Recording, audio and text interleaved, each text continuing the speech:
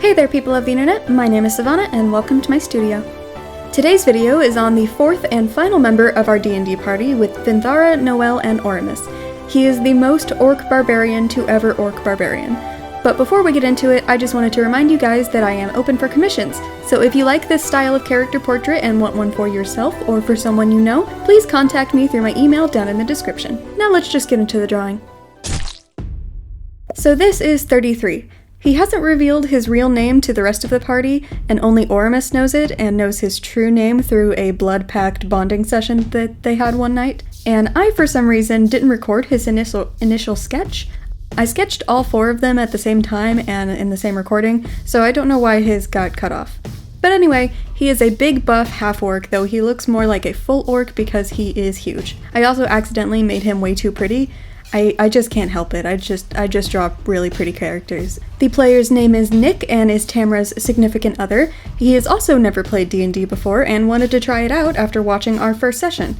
So I made him a character. He told me he was really into Conan the Barbarian and just wanted to be a huge guy with a huge sword. So I did that and he loves it.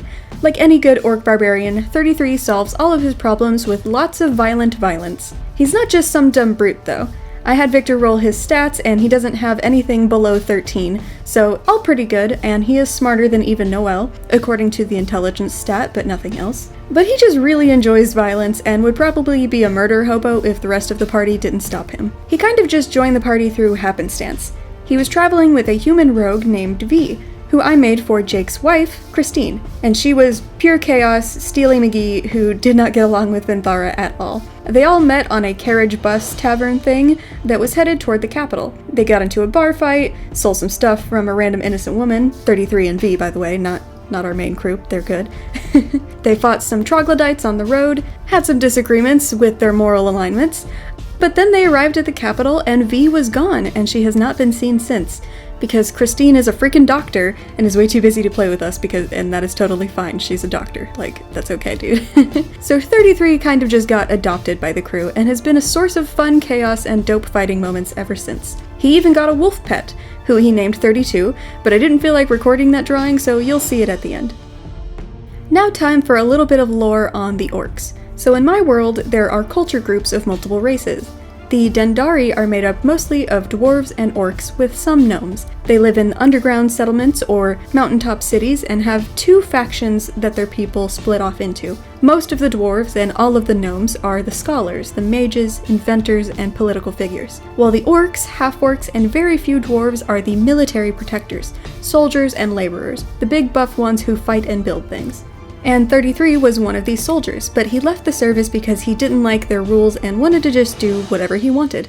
Like most Dendari, 33 worships, or at least reveres, the god of battle, of the forge, of civilization, Gidesis. And I was going to put Gidesis' symbol on 33's chest plate, but in all honesty, I just completely forgot about it, but I think it looks fine without it, and he's not that devout to him. He's just like, yeah, this god likes fighting, and I like fighting, so we get along. 33 started out so simple, but Nick has really brought him to life with his great roleplay, and I'm surprised he has never played before. And even though 33 is kind of a just in-it-for-himself kind of guy, he's made friends with the other three and cares about them a lot more than he'll admit. Unfortunately, Nick hasn't been able to play with us recently since he's going to school for some kind of medical field. I don't remember because I kind of zone out when they talk about doctor stuff. But 33 will return, and I have big plans for him when he does. Since I don't know what else to talk about, I'm going to talk about the first time that 33 nearly died. He was bucked off of a Pegasus that was like 180 or 200 feet in the air. Thankfully, he was raging, so he only took half damage from the bludgeoning that he took from hitting the ground. And he is a half-orc, so he has relentless endurance, which says if you drop to 0 hit points but aren't killed outright by taking an amount of damage over your maximum hit points, you instead drop to 1 hit point. So, because he was raging, he took half damage, and the fall wasn't enough to just kill him. He lived with 1 HP after falling out of the sky. You may be wondering why he was on a Pegasus and how he fell off of it, but it's kind of a long story. I want to do more scene drawings with this group and talk about the campaign and their big moments, so you'll just have to wait for those. But to sum it up, they were in a tall tower in a giant city and had a fight in the tower. One of the enemies came through the window on a Pegasus, and 33 was like, hey, I want that flying creature, that's cool. So as the enemies were being killed and tried to retreat back out of the window, 33 jumped on the flying horse, killed the rider, and then tried to tame the beast, but it ended up bucking him off and he landed outside of the city. Fun times. He has pretty good animal handling and could have probably calmed the Pegasus enough to fly him back, but the dice said no. Thankfully, he rolled really well with the dire wolf pup, and it is now his bestest friend.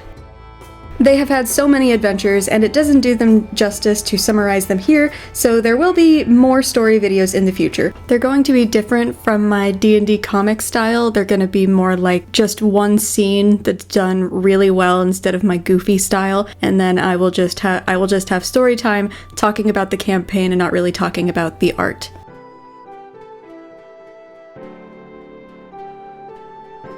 Thank you all so much for watching. I hope you enjoyed this little mini-series of my D&D party.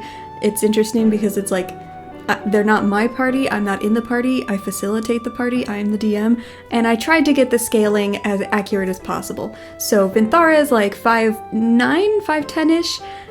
Noelle is like 4 foot, but she's in the air, so you can't really see. 33 is like 7 feet tall, maybe? And then Oramus is 2 feet. He might be a little too big in this image, but whatever. And then 33's pet wolf, 32, is a dire wolf pup, so he looks just like a regular wolf. Again, thank you all so much for watching. I hope you enjoyed this, and if you did, leave a like on the video, comment telling me what you liked about it, subscribe and ring the bell if you haven't already, and as always, take care, and I'll see you in the next one.